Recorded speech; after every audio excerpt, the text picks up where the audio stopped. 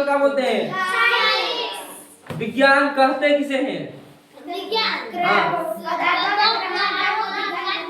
हाँ, विज्ञान को कितने भागों में बांटा जाता है?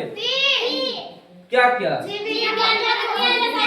जीव विज्ञान, भौतिक विज्ञान और रसायन। जीव विज्ञान को इंग्लिश में क्या कहते हैं? क्या कहते हैं? भौतिक विज्ञान को क्या बोलते हैं? क्या कहते हैं? रसायन विज्ञान को केमिस्ट्री। जीव विज्ञान का पिता किसे कहा जाता है? ठीक है। और भौतिक विज्ञान का तो बता। हाँ, सिद्धांतिक पिता किसे कहेंगे? ये प्रायोगिक पिता। ठीक है। रसायन विज्ञान का पिता किसे कहेंगे? लेवेसियर ना। हाँ, तो बताओ जीव विज्ञान को कितने भागों में बांटा जाता है? क्या क्या? पादप विज्ञान को इंग्लिश में क्या बोलते हैं? बॉटनी। ठीक है। और जंतु विज्ञान को जूलॉजी। ठीक है। तो बता, पादप विज्ञान का जनक किसे कहा जाता है? किसे? थियोफ्रेस्टस ना। और जंतु विज्ञान का अरस्तु। ठीक है। तो बताओ सबसे अरस्तु को जीव विज्ञान का पिता क्यों कहा जाता है? क्योंकि उन्होंने रक्त के आधार पर और बिना रक्त के आधार पर जीवों को वर्गीकृत किया था ना। हाँ, उसके बाद ठीक है।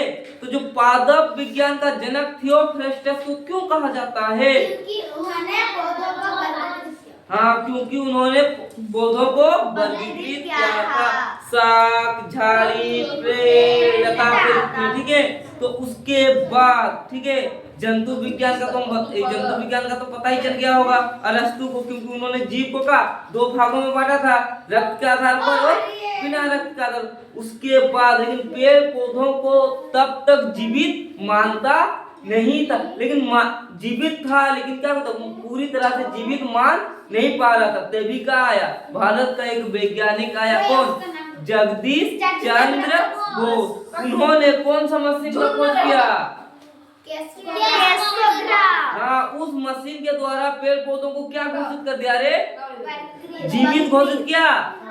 हाँ, तो किसने जीवित घोषित किया? जगदीश चंद्र बोस ना।